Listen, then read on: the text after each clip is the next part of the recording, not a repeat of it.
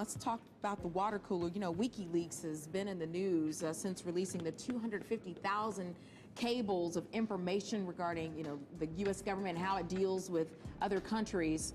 Some of it classified, a lot of it classified.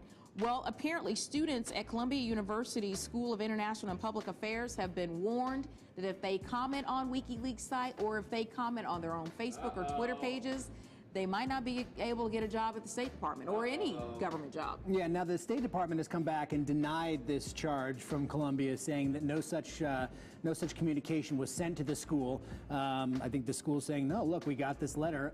But regardless, I mean, I think that there's a fascinating debate going on about WikiLeaks, and it deals, of course, with free speech and how much the public has a right to know what the government is doing, whether or not things can be classified, if they are classified, and then they're leaked, who can talk about it. Right.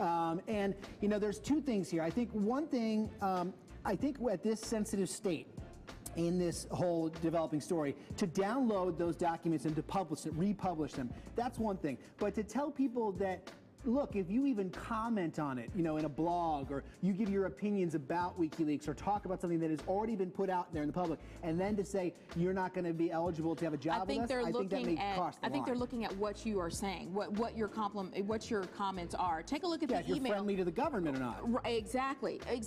Take a look at the email that Columbia claims it received. It says, according to a State Department official, he recommends that you do not post links to these documents nor make comments on the social media network sites as Facebook through Twitter. Engaging in these activities would call into question your ability to deal with confidential information, which is part of most positions of the federal government. Now, be that as it may, they're saying, listen, we have a problem with whoever released this information to WikiLeaks, so we want to make sure anyone we bring in the future knows how to hold their water. You can't blame them if this is true. It sounded like that memo there was just more of a watch or warning, if you will, because it says, hey, we recommend it. This is what's going to happen if you do leave a message on there. They're not saying don't, based on what I just heard you say. Right. They're saying, they recommend you not do it. So you know what I'm saying? You're not going to get fired. Check this out. If somebody's blogging, hating on the Daily Buzz, I mean, just I could send you the sites if you need me to. Blog. Hey. Why would we hire that person to work here?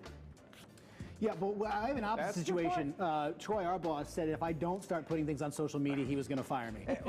Which is actually good stuff. And I still want to mention that most of those blogs are written by Daily Buzzers anyway.